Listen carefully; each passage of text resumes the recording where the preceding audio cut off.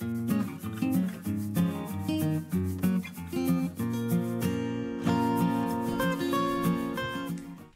à toutes et à toutes au nouvel épisode de podcast de Lana Tricot.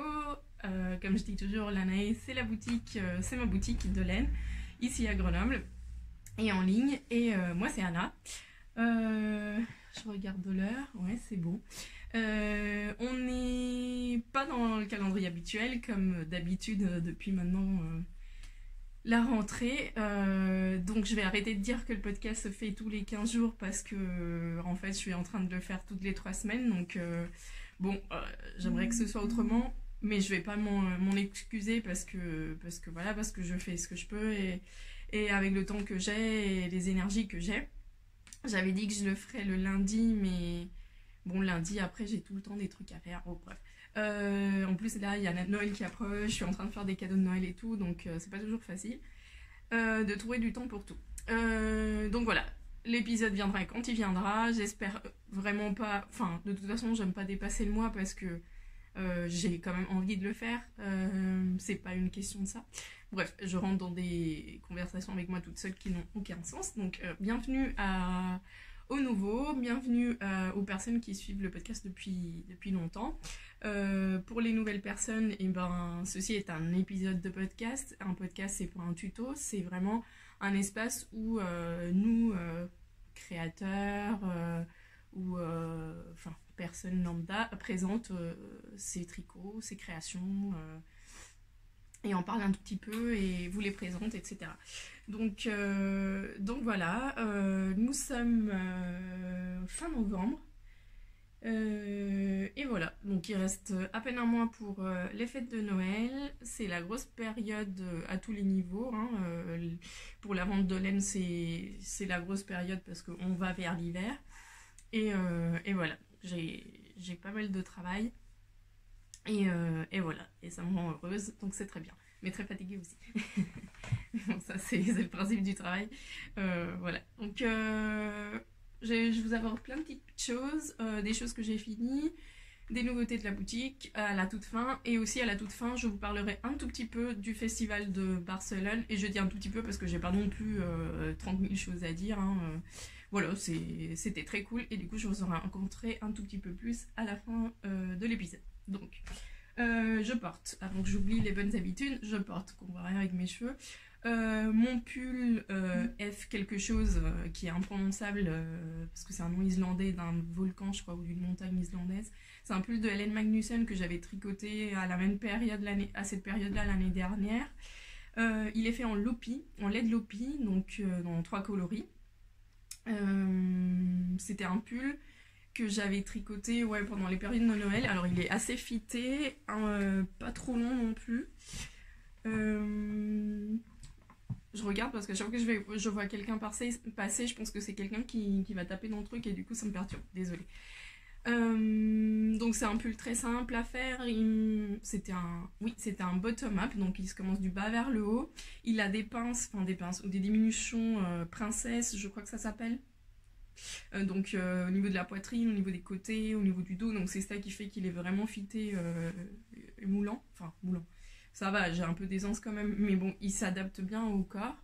Et c'était ce qui me plaisait dans des photos de présentation de ce pull en fait, sauf que j'ai modifié, et pourtant j'aimais bien ce petit côté crochet. Il y avait des bordures en crochet à toutes les bordures, col, manche et le bas, que j'ai faites mais qui ne me plaisaient pas finalement une fois réalisé. Et surtout le col je l'ai modifié, vous pouvez le voir sur ma fiche Ravelry que je vous mets toujours sous le lien vidéo. Donc si jamais vous ne retrouvez pas les projets tout ça, je vous mets toujours les liens sur mes projets Ravelry sous la vidéo. Vous avez un petit triangle, vous cliquez et vous avez toutes les notes du podcast. Donc j'avais modifié le col là parce que c'était un col qui était beaucoup plus ouvert, beaucoup plus dégagé, et ça je n'aime pas de ça du tout parce que si j'ai toujours froid là aux épaules, cou, épaules, cervicales, etc.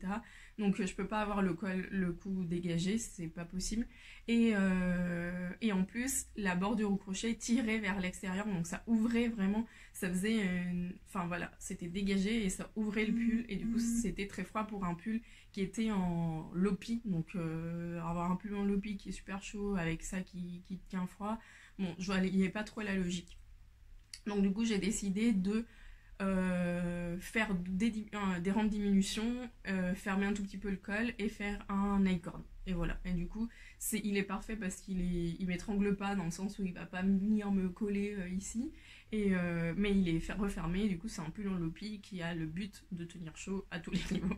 En tout cas pour moi. Donc il a été exposé en boutique là pendant pas mal de temps. Et aujourd'hui, je ne savais pas quoi mettre. Et je me suis dit, tiens, mon pull en loopy, aujourd'hui, ça va être parfait. Donc je suis venue juste avec mon manteau de la maison pour pouvoir mettre mon pull loopy ici. Je pense que je vais le récupérer pendant un petit moment parce que là, c'est la période où je pense j'aurai plaisir à le porter. Donc je le récupère. Bon, ça c'est pour ce que je porte. Budget total de ce pull avec, je crois que j'ai dû utiliser maximum 7 pelotes de loopy. À peine une trentaine d'euros, franchement pour de la pure laine super belle. Je l'ai porté énormément l'année dernière et comme vous voyez il n'a pas bougé. Donc c'est vraiment top. Bon, je vous apporte pas mal de petites choses. J'ai 2 projets finis, 3 projets en cours. On va pas mal de parler des tricotages aussi. Et une modification. Et comme d'hab, mes projets en cours sont tout au fond de mon sac. Donc je prends toujours un énorme sac Kaba tote bag pour tout mettre, tout bourrer pour le podcast. Et comme ça, j'oublie pas ce que je dois apporter. Bon, en premier projet fini, vous allez être content parce que alors je l'ai beaucoup porté et donc il est un peu frisé. Enfin, froissé plutôt, pas frisé. C'est mon trim mouillard, oui. Ben, vous avez peut-être déjà vu que je l'avais fini parce que je l'ai porté au Festival de Barcelone et du coup j'ai été en photo avec. Donc je l'ai fini, c'est le projet que j'avais monté en mois de janvier cette année et du coup j'ai fini tout le corps, toutes les manches, tout ça. Donc je vous en avais quand même pas mal parlé l'épisode précédent. J'avais repris tous mes projets en cours qui dormaient. J'en avais détricoté pas mal. Et celui-là, je l'avais décidé de le garder. Et je suis plutôt contente de l'avoir fait. Je vous avais parlé de l'équilibre de la laine et le fait que certaines laines singles, si pas très équilibrées, tournaient. Alors, ça a beaucoup tourné une fois tricoté, une fois lavé. Mais mystérieusement, en le portant, et je pense qu'avec la chaleur du corps et en faisant...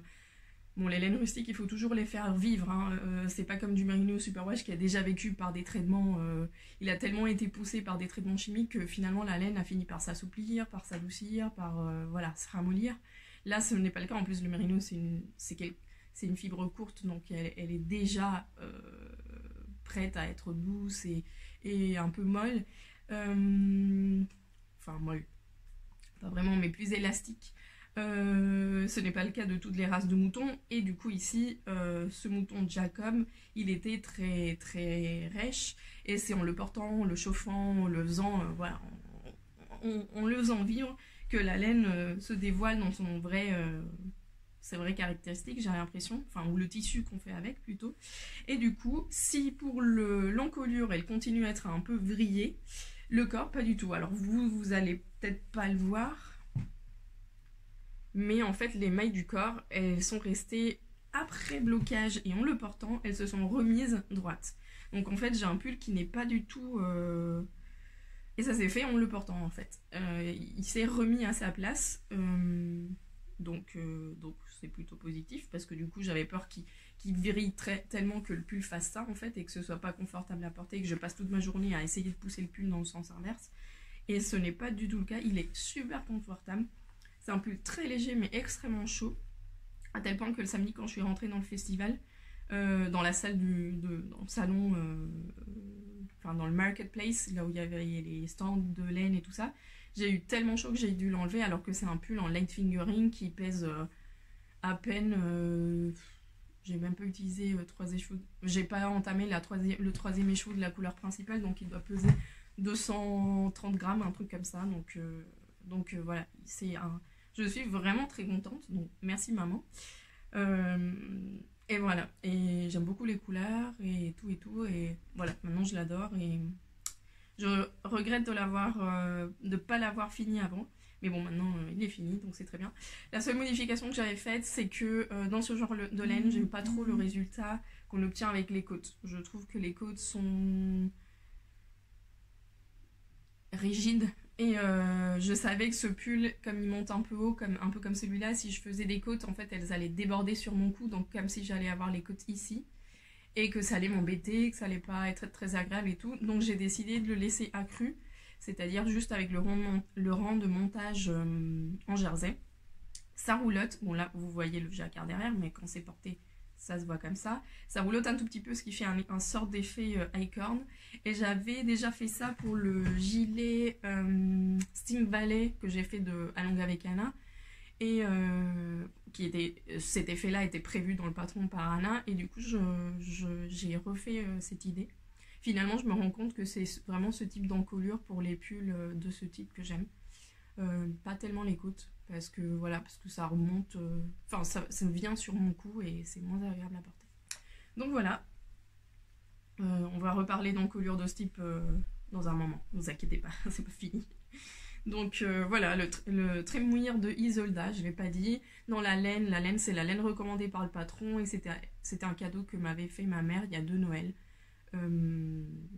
Voilà, donc c'est un peu le pull de Noël parce que il a été offert à Noël.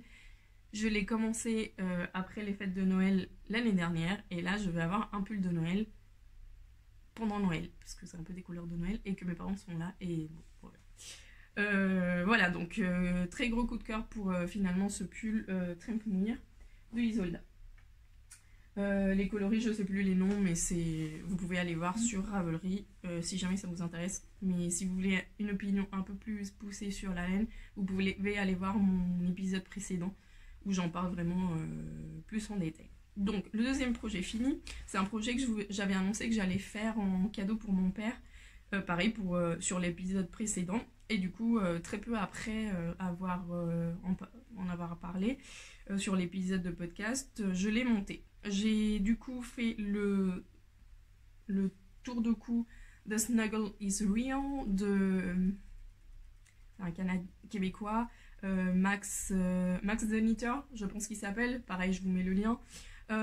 C'est un snood qui est très très chouette à tricoter. Franchement, super beau. C'est la première fois que je fais ce sort de point mosaïque, mais c'est très facile à faire.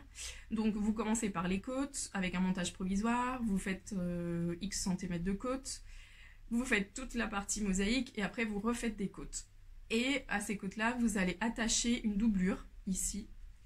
Je suis en train de regarder mon téléphone parce que je vois sur la partie arrière de mon téléphone qui brille, je vois mon retour caméra. Donc ici, je vais vous en parler, vous faites une doublure et après vous rejoignez le tout, vous faites un i-cord pour les cordelettes et voilà. C'est super sympa, ça fait un travail très fini, c'est pas le tour de cou rapido ce qu'on fait, voilà, ça fait vraiment acheter dans le commerce. Donc pour les laines, j'ai pris, vous savez peut-être que j'étais en train de tricoter un châle Odyssée de Rory Locatelli, que maintenant je suis plus en train de tricoter parce que j'ai pris un des écheveaux pour faire ça. Donc ça c'est la base Yakuza de Eline Hélène en coloris, j'ai envie de dire Amaral, mais c'est pas Amaral, mais c'est quelque chose de la sorte. Amaral, c'est un groupe de musique espagnol que j'aimais beaucoup quand j'étais jeune, enfin bon, maintenant aussi, parce que je suis jeune toujours, mais enfin quand j'étais adolescente. Et le bleu gris comme ça de fond et des cordelettes là, des petits trucs, c'est la laine de mon Lanes de Rory Locatelli, donc c'est de la maison Corlaine Merino Falkland sur une base grise, teinte sur un coloris bleu, mais je me souviens plus du nom. Voilà, c'est de la maison Corlaine qui m'avait offert pour que je puisse tester, bien avant qu'ils les lancent, les qualités non superwash de laine qu'ils ont actuellement en boutique. Donc voilà, il est tricoté en rond, je vais le mettre, même si avec mes cheveux c'est pas très évident, parce que voilà, ça fait du volume, mais voilà. Il est super chouette, je vais vraiment m'en faire un. D'ailleurs j'ai déjà commandé la laine de l'intérieur, je vais vous en parler. Donc voilà l'effet que ça donne, je l'aime vraiment beaucoup. Et c'est un cadeau pas d'anniversaire, c'est un cadeau de Noël pour mon père qui, bon en Andalousie, je vous avoue qu'il n'en aura pas beaucoup d'usage, enfin trop d'usage. Mais ici en France quand il vient c'est souvent à Noël. Et à Noël, ici à Grenoble, il fait trop froid pour lui, parce qu'il n'est pas habitué à ce genre de température. Et je me dis que ça peut être un bon cadeau pour lui, pour avoir chaud et pouvoir sortir, se balader tranquillement. Je vais aller arrêter mon téléphone qui n'arrête pas de vibrer, et je reviens. Voilà, en fait, je fais partie d'un groupe de commerçants du quartier. Ils parlent par Messenger Facebook là, et comme c'est sans arrêt, ça vibre tout le temps. Donc voilà, je vais vous parler du Snuggle is Real. Donc des laines extérieures, c'est Eline Hélène que j'avais acheté à la boutique et Maison Corlaine pour le bleu que m'avait offert Aurore et Guillaume. Et du coup, pour l'intérieur, pour la doublure, j'ai fait avec la Lusso de Langue. La Lusso, je vous en ai déjà parlé parce que c'est un mélange très sympa. C'est un mohair chameau merino soie. Parfait pour les personnes à qui l'alpaga ou le mohair gratouille. Donc j'en ai commandé. Je les reçois certainement aujourd'hui. Donc j'essayerai de les mettre en ligne au plus vite. Et du coup, j'avais acheté ces deux coloris. Un bleu gris clair et un bleu marine. Et en principe, je comptais, parce qu'il faut mettre deux fils ensemble de ce type de fil. Lui, il a prévu du suri-alpaga. Mais moi, je n'ai pas de suri-alpaga à la boutique parce que le seul que je peux avoir, c'est celui de Fonty. Et j'en ai acheté quelques pelotes pour la tester. Et franchement, je ne l'ai pas trouvée exceptionnellement belle. Je dois être honnête. Il y a plein de qualités comme ça que je teste et que je rentre pas parce que à mes goûts et pour mon... Voilà, à mes critères de lainière, ça ne répond pas à mes attentes. Et d'après avoir vu de très près d'autres suri-alpaga de teinturiers indépendants, quand je compare celui de Fonty, ben, ça me rappelle pas, c'est pas de la même qualité au niveau du suri-alpaga. Et du coup, j'ai décidé de pas le rentrer. Voilà, c'est un choix, c'est mon choix. Parce que je trouve qu'il y a d'autres matières qui peuvent être tout aussi valable et douce dans le mohair ou dans d'autres ou dans de l'alpaga tout court, même sans être du suri-alpaga, et dans cette Lusso qui franchement, si vous l'alpaga ou le mohair vous gratouille un peu, ça c'est un super bon choix parce qu'il n'y a pas de long poil, il n'y a pas de poils longs en fait, ça fait vraiment une sorte de duvet. Et là, j'ai l'impression, ça fait vraiment comme si c'était de la polaire en fait, sauf que de la polaire pas chimique, pas issue du plastique et du pétrole. Donc je comptais prendre ces deux pelotes et les mettre ensemble pour les chiner, faire un chiné tout le long. Mais en fait, en y réfléchissant, je me suis dit, je sais pas si ça va me plaire et tout. Et je me suis dit, en fait, je sais pas si j'ai assez de quantité avec deux pelotes. Donc, enfin, en doublant deux pelotes, j'aurais eu le métrage d'une seule pelote. Et je pensais que j'en allais pas avoir assez. Et j'ai pas eu tort parce que ça, c'est une pelote. Et ça, c'est une partie de la deuxième pelote. Donc, finalement, j'ai décidé de mettre deux fils ensemble d'une seule couleur. J'ai fait un petit jacquard comme ça, sympa, juste pour faire la transition avec la deuxième couleur. Et j'ai fini avec la deuxième couleur. Comme vous voyez, ça se porte... Enfin, en portée, ça se voit pas du tout, la doublure. Mais je pense qu'il est assez réversible. Donc, si mon père voulait, il pourrait le porter comme ça aussi. Parce que, voilà, c'est joli aussi. Voilà, donc ça c'est ma première modification, le fait qu'il y a un petit jacquard tout bête et que j'ai pas fait du suri-alpaga. Et la deuxième modification, c'est que il y a trois modifications. La deuxième modification, c'est que je l'ai fait moins long que ce qui était recommandé. Lui, il prévoit une trentaine de centimètres et moi j'ai fait 8 pouces. Je l'ai mesuré en pouces, je sais pas à combien ça correspond, mais j'ai fait 8 pouces de longueur. De longueur de corps central, pas les côtes. Mais les côtes, il faut bien les faire à la longueur qu'il fait parce que sinon, elles seraient trop ridicules, trop petites pour pouvoir faire cet effet-là en fait. Voilà, donc j'ai fait plus court parce que je me suis dit, mon père, ça va être trop de tissu et là vous avez vu sur moi, je pense que c'est bien et mon père n'a pas un cou très très long donc ça va être parfait.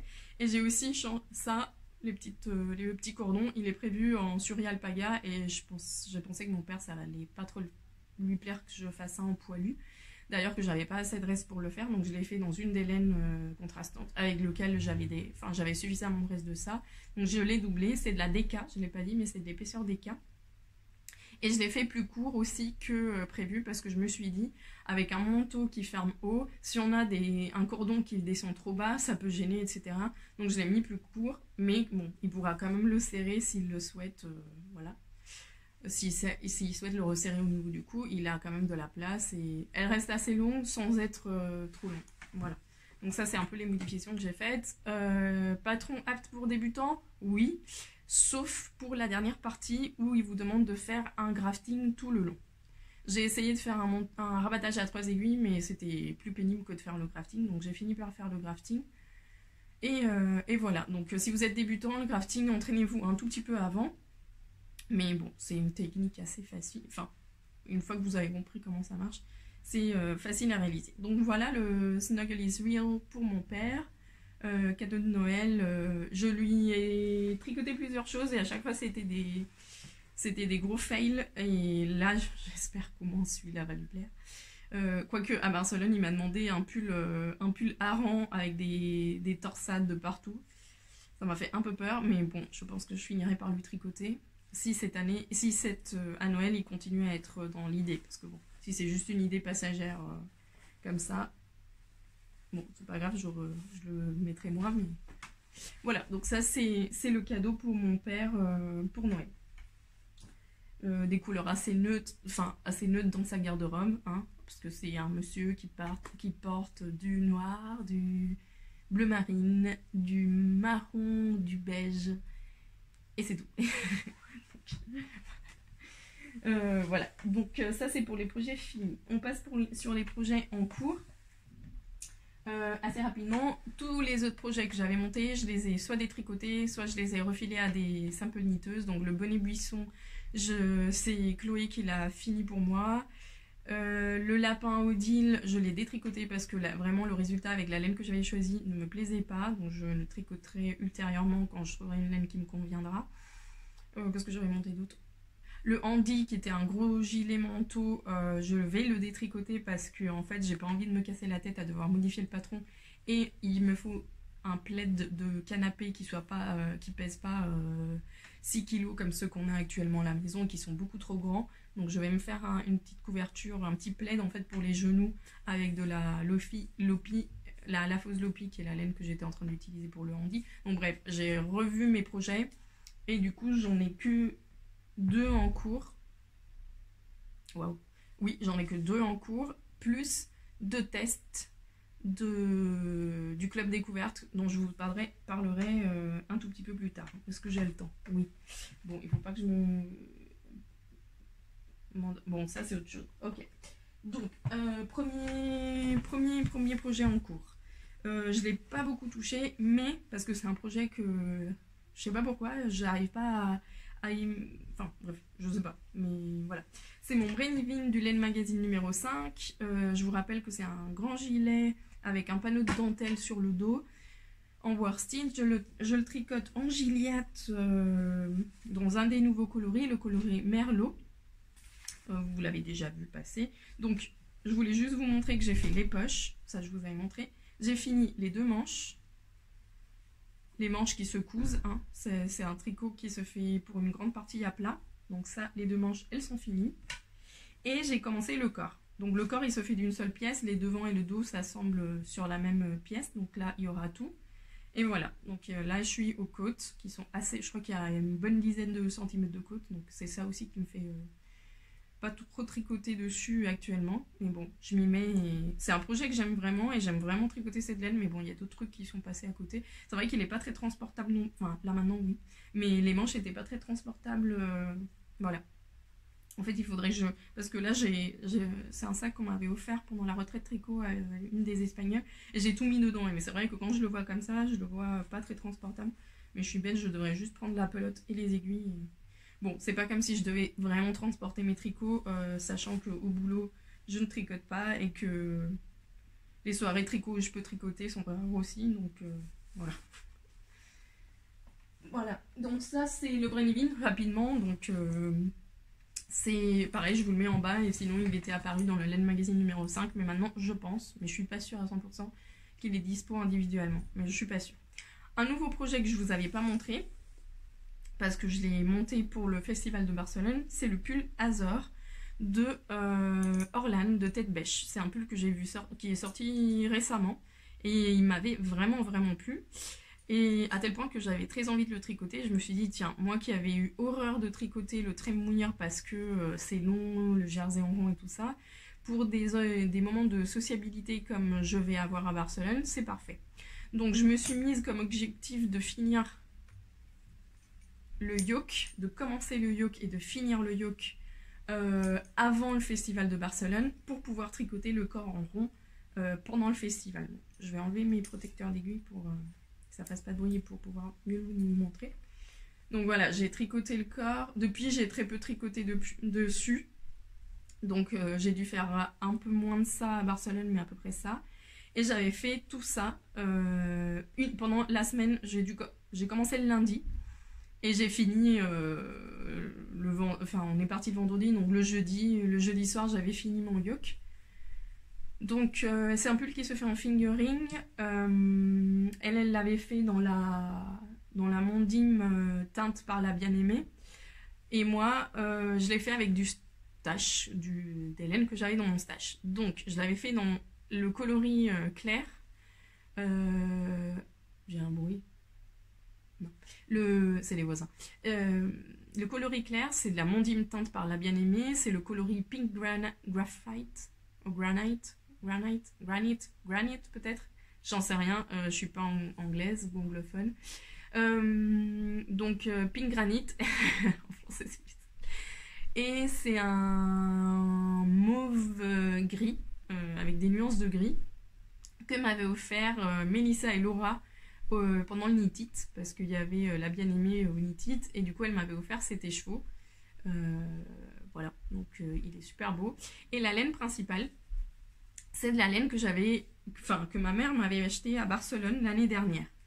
Donc c'est de la, je vous l'avais montré à l'époque, c'est de la Little Grey Sheep, c'est du British Hampshire 4-ply. Donc c'est de la fingering, c'est des écheveaux de 60 grammes, 220 mètres.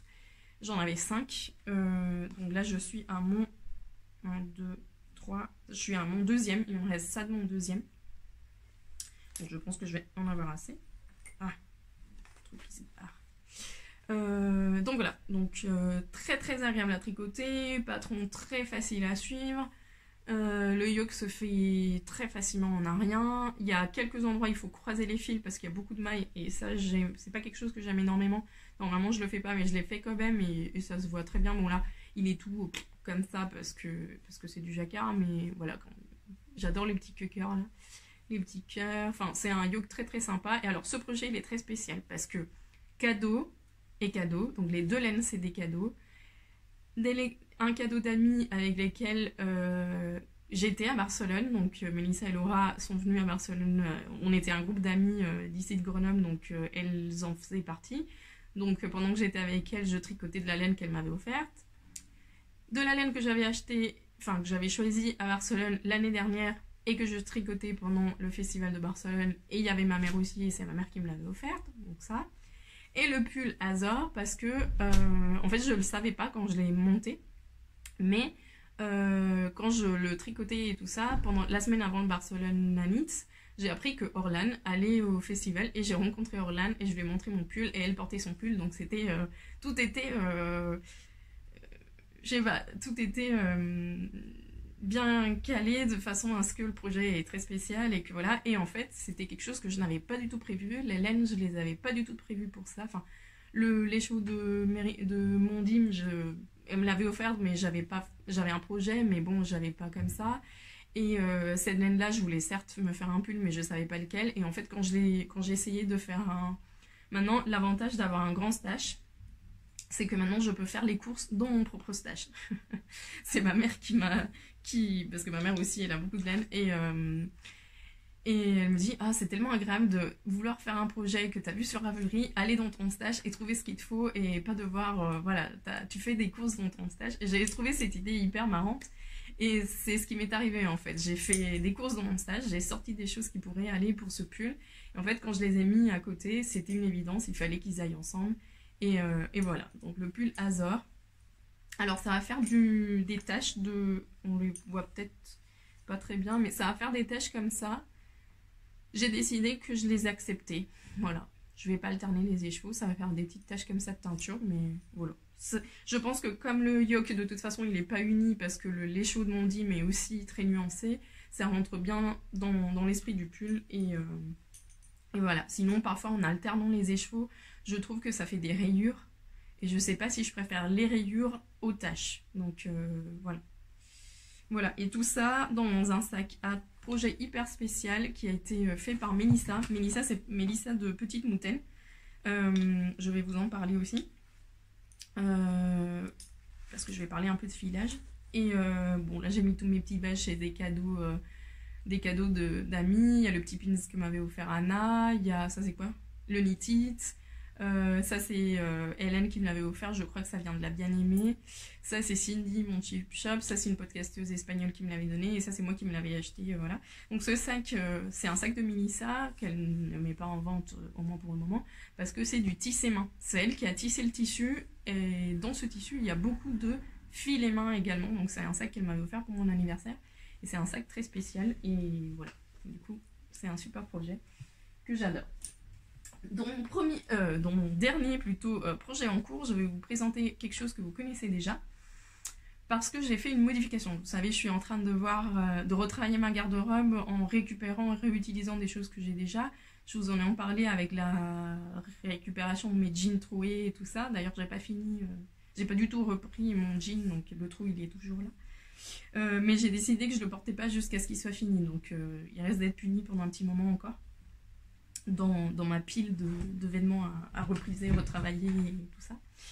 Mais j'ai avancé sur un autre projet que j'avais envie de changer, de modifier pour pouvoir le porter. C'est mon pull Winterfjell, je crois que c'était son nom, que j'ai transformé en gilet. Et oui, parce que ce pull, reparlant d'encolure serrée et compagnie, était vraiment pas agréable à porter. L'encolure montait très haut, mais surtout elle m'étranglait parce que ce pull n'a pas assez de rangs raccourcis. C'est un pull qui a uniquement des rangs raccourcis au niveau du cou, mais qui n'a pas de rangs raccourcis au niveau du dos.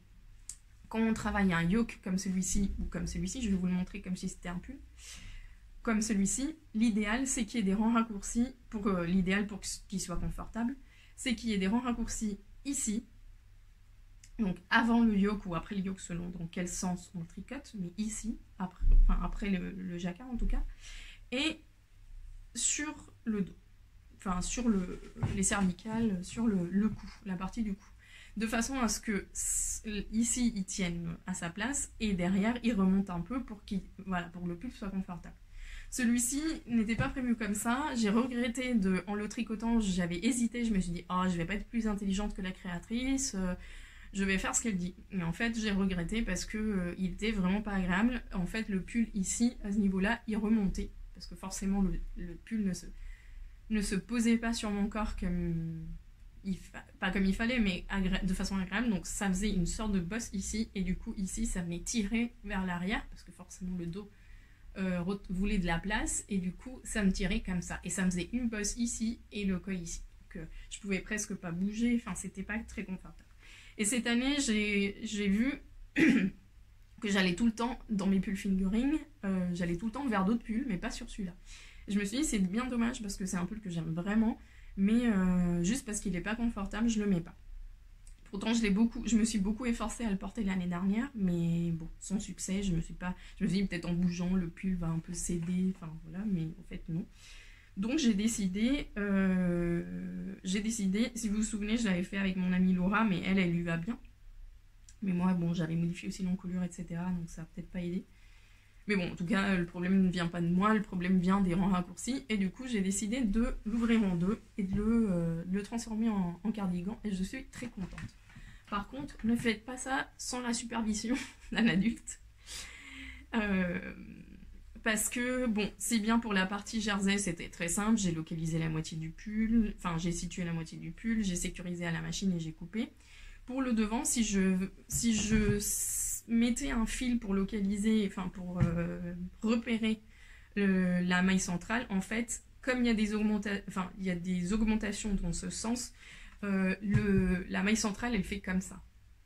Ou comme ça, enfin, elle va vers un côté. Donc si je suivais la logique de la maille centrale, j'allais me retrouver avec un pull qui allait avec un gilet qui allait avoir un côté comme ça, une sorte de courbe. Et c'était pas joli. Donc en fait, j'ai beaucoup réfléchi sur ça avant le festival. Enfin, la période avant d'aller à Barcelone. Et du coup, je me suis dit non. En fait, ce que je vais faire, c'est que je vais bien sécuriser la partie en jersey. Je vais la couper et après, je vais couper tout droit sur le jacquard.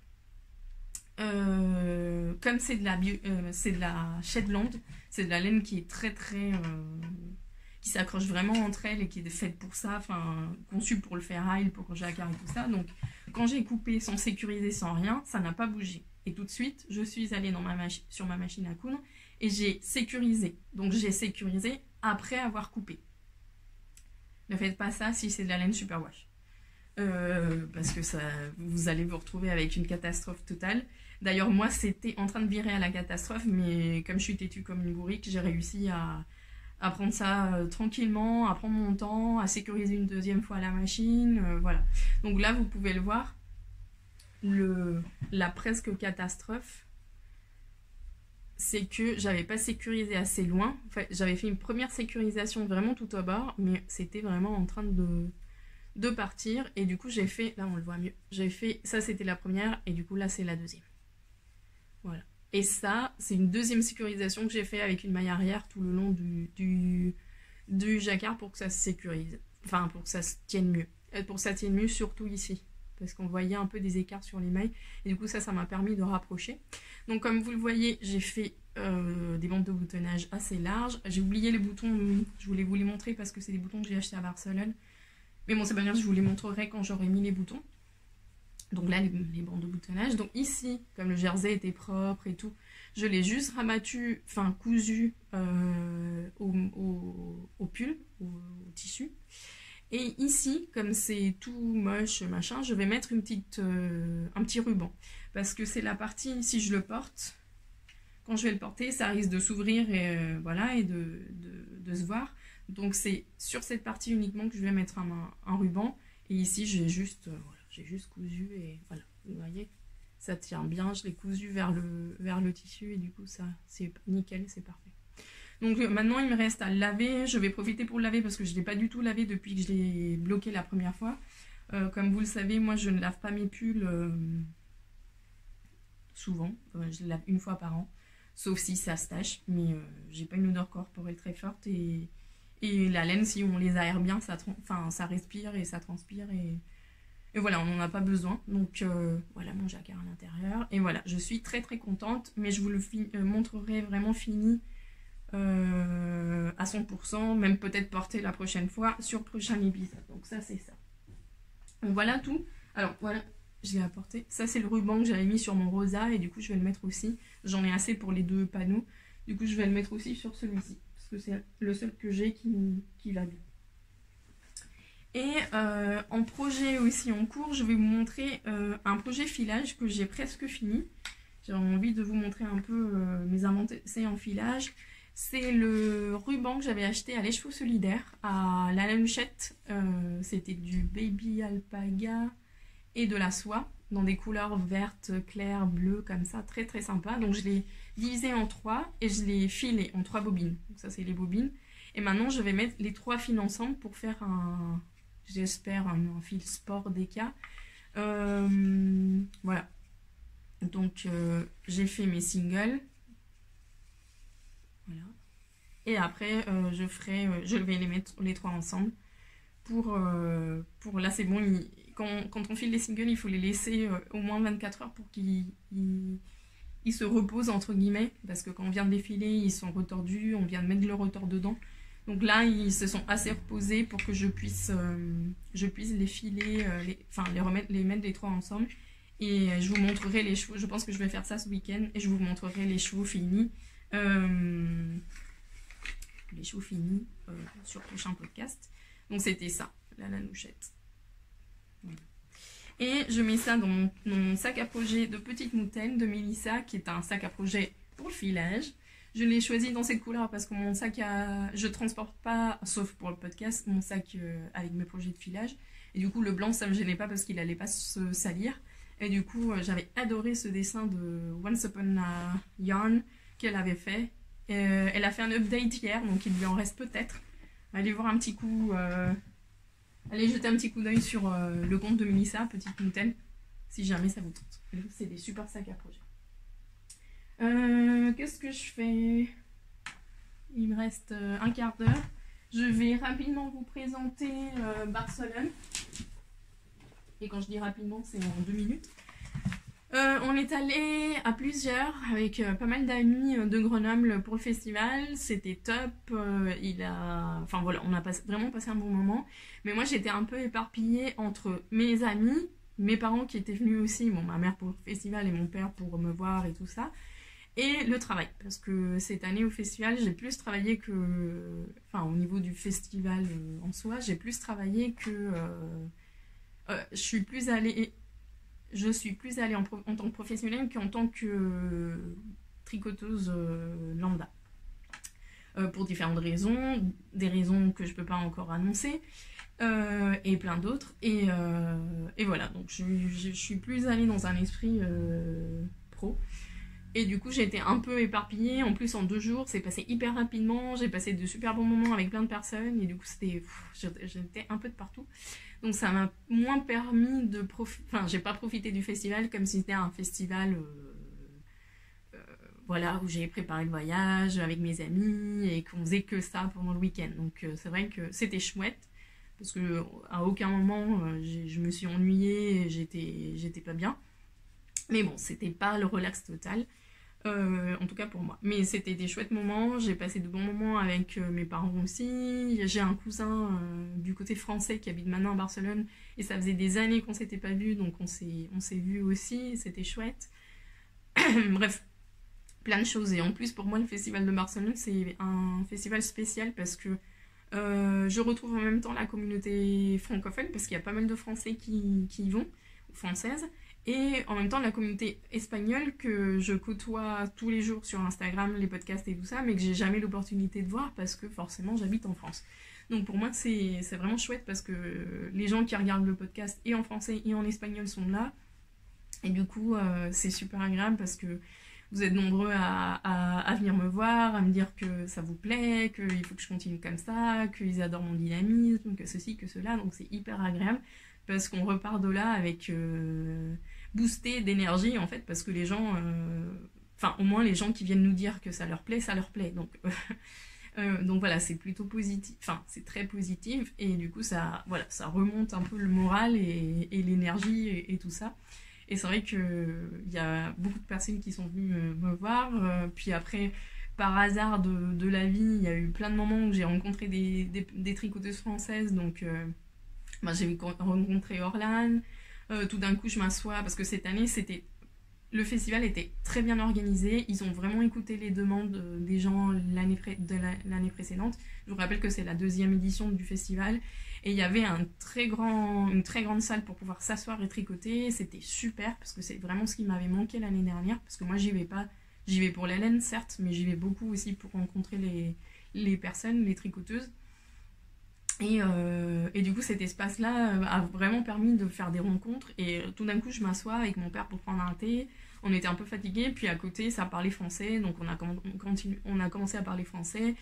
C'était une cliente que j'avais déjà rencontrée à Les Chevaux Solidaires, Sophie, puis à côté il y avait Sylvie qui organise le festival comment ça s'appelle, le fil de la Manche, que je connaissais pas du tout et que je savais pas du tout que c'était la créatrice de Polois et compagnie. Donc du coup, voilà, tout d'un coup j'étais en France avec des gens qui font le même métier que moi et on parlait de l'aide-non de Superwash et c'était vraiment super.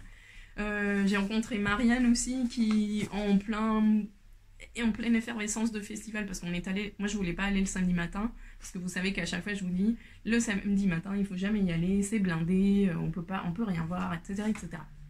Bon, mes amis ayant les horaires français, la moitié de la matinée c'était 11h, sauf que 11h, enfin c'était plutôt midi. Le milieu de la matinée pour l'Espagne c'est midi, sauf que pour les Françaises midi c'est l'heure du repas. La matinée est déjà finie, donc on s'est planté on est arrivé à midi et demi, sauf que c'était encore blindé. Et parce que, comme je vous dis, midi et demi, c'est le cœur de la matinée en Espagne, le milieu de la matinée. Et il y avait plein de monde. Donc on savait même pas où regarder, c'était blindé et tout. Et tout d'un coup, il y a Marianne donc Maori58, je pense que c'est son pseudo, coucou si tu regardes, et qui me dit ah Anna, machin et tout. Et ma mère qui, en même temps que elle me disait ah Anna, je regarde tes podcasts et tout.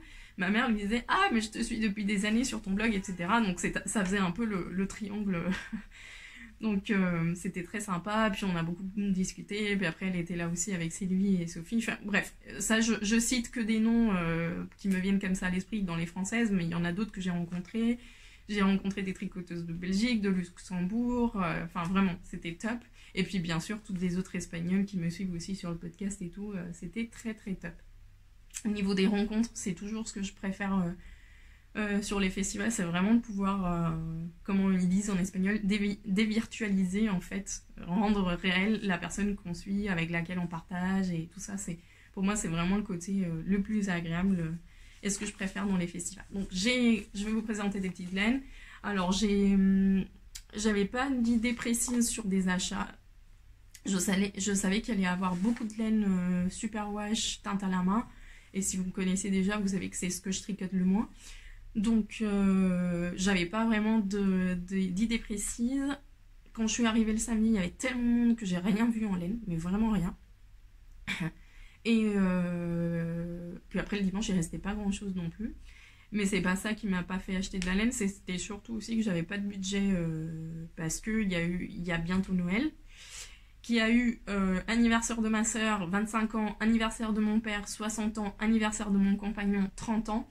Donc c'était des dates un peu importantes et je préférais leur faire des cadeaux un peu conséquents, enfin pas conséquents, mais des cadeaux que je savais qui allaient leur faire plaisir ou qui me faisaient moins plaisir d'offrir, que de m'acheter de la laine au festival alors que j'ai de la laine plein les placards et que j'ai une boutique de laine. Donc voilà, donc c'était pas ma priorité et puis j'avais pas le budget non plus pour le faire. Donc je me suis juste acheté... Pourquoi il y a ce monsieur qui rentre ? Je me suis juste acheté un écheveau souvenir. Donc j'ai acheté ça à... Comment elle s'appelle déjà ? C'est une femme polonaise qui est installée en Espagne et qui fait de la teinture de laine. Justina, voilà. Elle s'appelle Justina et sa marque c'est Feliz y Punto. Voilà. Et j'ai acheté un écheveau pour faire des chaussettes. Je voulais des chaussettes un peu neutres. Donc là c'est un gris avec des nuances de bleu, vert comme ça. Mais voilà, pour des chaussettes qui montent haut mais qui soient un peu plus partout parce que toutes les chaussettes que j'ai sont plutôt punchy au niveau des couleurs. Donc c'est du 75% Merino Superwash, c'est 25% de nylon, 425 m 100 grammes, c'est de la fingering et c'est une fingering que j'aime beaucoup parce que c'est une fingering à 2 brins. Je préfère la 2 brins que la 4 brins et du coup j'aime beaucoup cette base et je vais acheter ça pour me faire un peu plaisir et pour les chevaux souvenirs. J'aime bien au moins acheter un petit souvenir pour le festival, pendant les festivals. Et deuxième chose, ça c'est pas moi qui ai acheté, c'est mes amis qui me l'ont offert aussi en souvenir parce que j'ai des amis qui sont géniales et du coup forcément. Ça c'est de la Rowerk, c'est de la laine de Bavarie. Donc de la laine allemande si je me trompe pas, et c'est du mérinos. Enfin, allez voir un peu l'histoire de ça, c'est assez sympa leur concept. Et celle-ci en concret c'est de la sport et elle est teinte avec des plantes. Donc c'est de la teinture végétale. Je pense qu'il doit y avoir de l'indigo parce qu'il y a un fond bleu, ou c'est peut-être que de l'indigo d'ailleurs. Et ça s'appelle Imabla, j'arrive pas à lire l'écriture. Voilà. Donc c'est les filles qui m'ont offert ça. Et je pense que je vais me faire le bonnet qu'il y a dans le dernier pom-pom. J'ai fait un post dessus aujourd'hui sur un sujet qui me tient à cœur, dont j'avais déjà parlé. D'ailleurs, je vous remercie pour tous vos commentaires sur l'épisode précédent, parce que j'ai parlé un peu d'inclusivité, mais aussi ou surtout de l'image de soi, de l'estime de soi, et comme quoi le tricot ou la couture peuvent nous aider vraiment à augmenter cette estime de soi et tout ça. Donc j'ai fait un petit post aujourd'hui aussi parce que je trouve que les photos qu'il y a dans le pom-pom sont vraiment représentatives de beaucoup de choses, notamment avec cette... Bon là, toutes les photos ne sont pas sur le pom-pom, c'est dommage, parce que la photo que j'ai sélectionnée n'y est pas. Mais c'était sur une photo où on voit cette dame-là avec ce qu'on considérerait du surpoids, mais elle est tellement belle et... Enfin voilà, quoi. Allez voir mon post, je vais pas m'étendre là-dessus plus que ça. Et le patron de bonnet que je voulais vous montrer, je vais peut-être vous montrer la photo plus que le patron, c'est celui-là. Et je pense que je vais faire ce bonnet, enfin là, avec la laine que je vous ai montré, je vais faire ce bonnet. Donc ce pom-pom qui vient de sortir hier, je vais me faire ce pull parce que j'ai la laine pour le faire. J'adore les chaussettes de Christelle. J'aime beaucoup le gilet en Gilliatt. Je vais pas du tout vous montrer le patron, mais ce gilet là, ou ce gilet là, il est fait en Gilliatt. Et du coup, comme il y a déjà plus de 4 patrons qui me plaisent, et ben je vais me l'auto-acheter. Voilà, ce pull il est juste magnifique. Par contre, je le ferai moins long parce que c'est trop long pour moi. Mais je vais le faire parce que voilà, j'ai la laine, c'est de la fingering et de la lace. Et il est trop beau. Donc voilà, ça c'est en boutique, vous pouvez le retrouver en ligne également.